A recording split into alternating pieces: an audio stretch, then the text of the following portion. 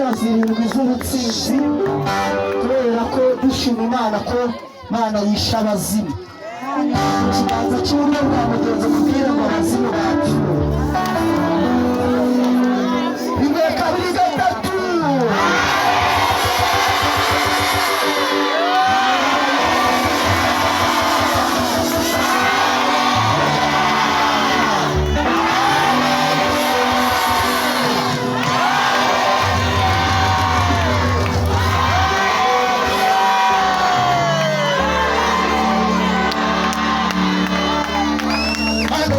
Duhana umugisha mbere ya byose nshima Imana kuri Imana isoza amasezerano.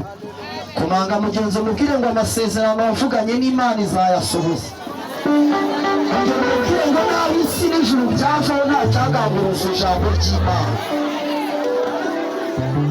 Numva naririmba isi niba izavaho ijuru rikava wizera azabona amasezerano, ariko no kwitegereza agasanga umwanya ni mutoya. Amen, haleluya. Buriya kuwa gatatu no ku cyumweru nibwo tuzabyinira Imana neza. Mbere byose maze gushima Imana, nongeye gushima nshimira abakozi b'Imana badufashije muri uyu muhango. Imana yo mu ijuru umugisha Pastor Emmanuel, nongeye gusabira umugisha Mushumba Kidonke nubwo atashoboye kuboneka ariko umudamu we yabonetse. Bakaguruke muhobere dushima Imana yo mu ijuru.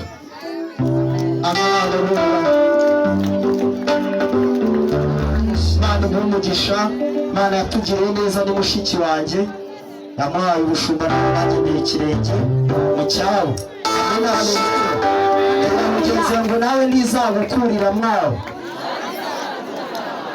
Imana umugisha kandi Mushumba Kidonke nubwo atashoboye kuboneka umutubwira uti imbaraga z'amasengesho zawe zamaze gushyirwa mu bikorwa, kandi aragushimira kubw'inkunga yo mu buryo bw'umwuka ajya dutera no mu buryo bw'umubiri.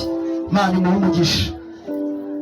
Nsabira umugisha w'Imana abashumba bose bateraniye ahangaha ni benshi, ntabwo twabarondora ngo turangize, ni benshi.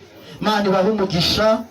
Nsabiye umugisha abakozi b'Imana babavuga butumwa, nababonye ni benshi, harimo ba Manuel, benshi ba Korode, ni benshi abavuga butumwa, ni benshi. Imana ibahe umugisha kubera ko mwaje kudushyigikira mwese, natwe tuzafatanya kubashyigikira.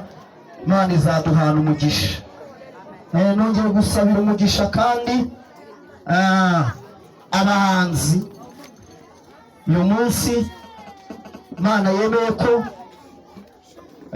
tuza tugafatanya bakemera kwitanga. Hari abo twavuganaga bavuga ati dufite igiterane mu kanya saa 11, ariko bigomwe nubwo amasaha, haleluya, baje kudushyigikira. Imana ibahe umugisha. Imana yo mu ijuru umugisha buri wese bagize icyakora cyangwa se bagize inkunga y'amasengesho adutera. Imana yo umugisha aba babyeyi, abagabo n'abasaza n'abasore kwitanga mukareka imirimo yanyu. Imana yongere guha umugisha cyane. Harimo umuryango wanjye, umuryango wa madamu. Imana ibahe umugisha. Umuryango waje gutera inkunga, imiryango yaje gutera inkunga ishyigikira abadiyakoni dufatanyije umurimo w'Imana.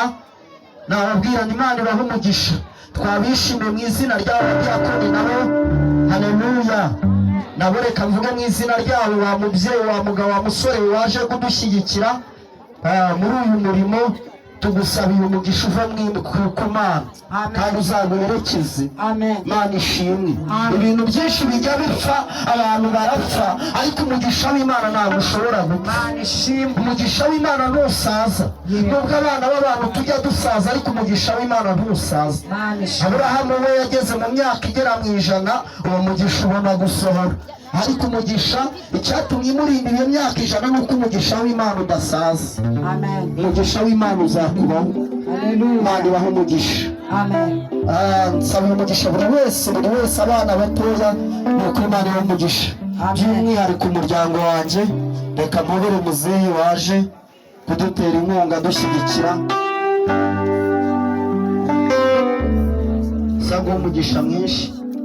Twamuze Abudara ariko yavuze ati uyu munsi reka nanjye shyigikira abana bacu nubwo ari umwisilamu, ariko ibirori Imana ishimwe, Imana ibahe umugisha, Imana ibahe umugisha. Abakuru banjye bose barahari ni benshi babonye. Reka tubanze dufate gato igitaramo, iminota dufite ni mikeya ariko tugomba kuyikoresha mu izina rya Yesu. Reka nsabe n'ubundi Byemveni amfashe aherekeze umushumba dufashe muri umuhango wo kwimika, amuherekeze kubera ko amasaha yagiye kandi afite izindi gahunda.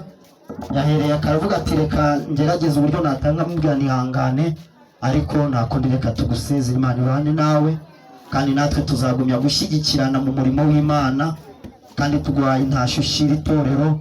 Imana ibahe umugisha, natwe tuzagusura. Amen. Isaba umugisha mwinshi. Twumvishe ijambo ry'Imana ariko ndumva abahanzi turashaka kubumva. Reka tubanze twakire, ngiye kubanza nakire saa 11 turaba tuvuye, saa 10:45 turaba tuvuye ahangaha. Bibiliya iravuga ngo wica gahunda cyawe. Nubwo tuyoborwa n'umwuka w'Imana, ariko Bibiliya iratubwira ngo tugire ubwenge n'uwo mwuka w'Imana Imana yaduhaye, kuko iyo ubuze ubwenge n'uwo mwuka w'Imana urawuta. Imana ibahe umugisha mwinshi. Tugiye kubanza korode n'ukuri mu minota itari buze kuba myinshi, iminota 15 ndabizi arayikoresha neza. Niturangiza turi buze kwakira abahanzi, bica mu mpaka ariko abanza ahaguruke nawe azamura ikiganza. Bica mu mpaka yaturutse mu Mutara, haleluya, yaturutse mu Mutara, afite amavuta menshi turi buze gusangira. Sinigeze ari sinzi waririmbye indirimbo zingahe hano, ntabwo aririmba, urumva ko ari igihombo. Uno mukobwa nawe n'umubyeyi mwabonye ukuntu abyina, mwasabye indirimbo Mama Joyeuse. Imana imuhe umugisha, nibagiwe nawe reka tumutunge ibiganza, yabanje kuyobora. Imana igira ite Mama Joyeuse, Imana imuhe umugisha. Yavugaga ati ariko buri ibyifuzo buri abakristo ni ababosi, twebwe turi abakozi, ubu twahamagariye kuba abakozi banyu. Imana ishimwe. Niyo mpamvu ibyifuzo byanyu nibyo bigomba gushyirwa. Yabasabye indirimbo, urumva indirimbo imwe ntari buyibure. Kazungu yaririmbye Kazungu we no kuwa gatatu ndabizi Imana ishobora kuzadufasha tukaba turi kumwe turakira babiri. Reka tubanze twakire korode, ubwo nituza gusoza tete twakira umushumba. Urumva yaje ahagarariye umushumba mukuru Kiboke. Amen, haleluya. Ntabwo yataha gutyo tutamwumvishe. Imana iduhana umugisha. Haguruka wicubahira Imana yaguhaye, dukubitira Imana yo mu ijuru amashyi menshi. Arigira imbere bamuhereza mikoro iminota 15 atwicira abazimu, dufatanya kubica mu ijambo mu izina rya Yesu. Yesu ashimwe. Reka tuyicubahire Imana. Haleluya. Ihangano yongera icubahiro irakikwiriye. Haleluya. Dawidi yaravuze ngo mwabindimo byose mwe. Haleluya. Nimuhimbaze Uwiteka. Reka twicubahiro uyu mwami aragikwiriye. Haleluya. Amen. Nanuzamura kandi gato cyane nta kibazo. Imana iguhe umugisha. Haleluya. Hari umuririmbyi arimo aramjiganiramo, yavuga ngo ntabwo dukora umurimo wawe igice, manura wuzuza ukawusoza.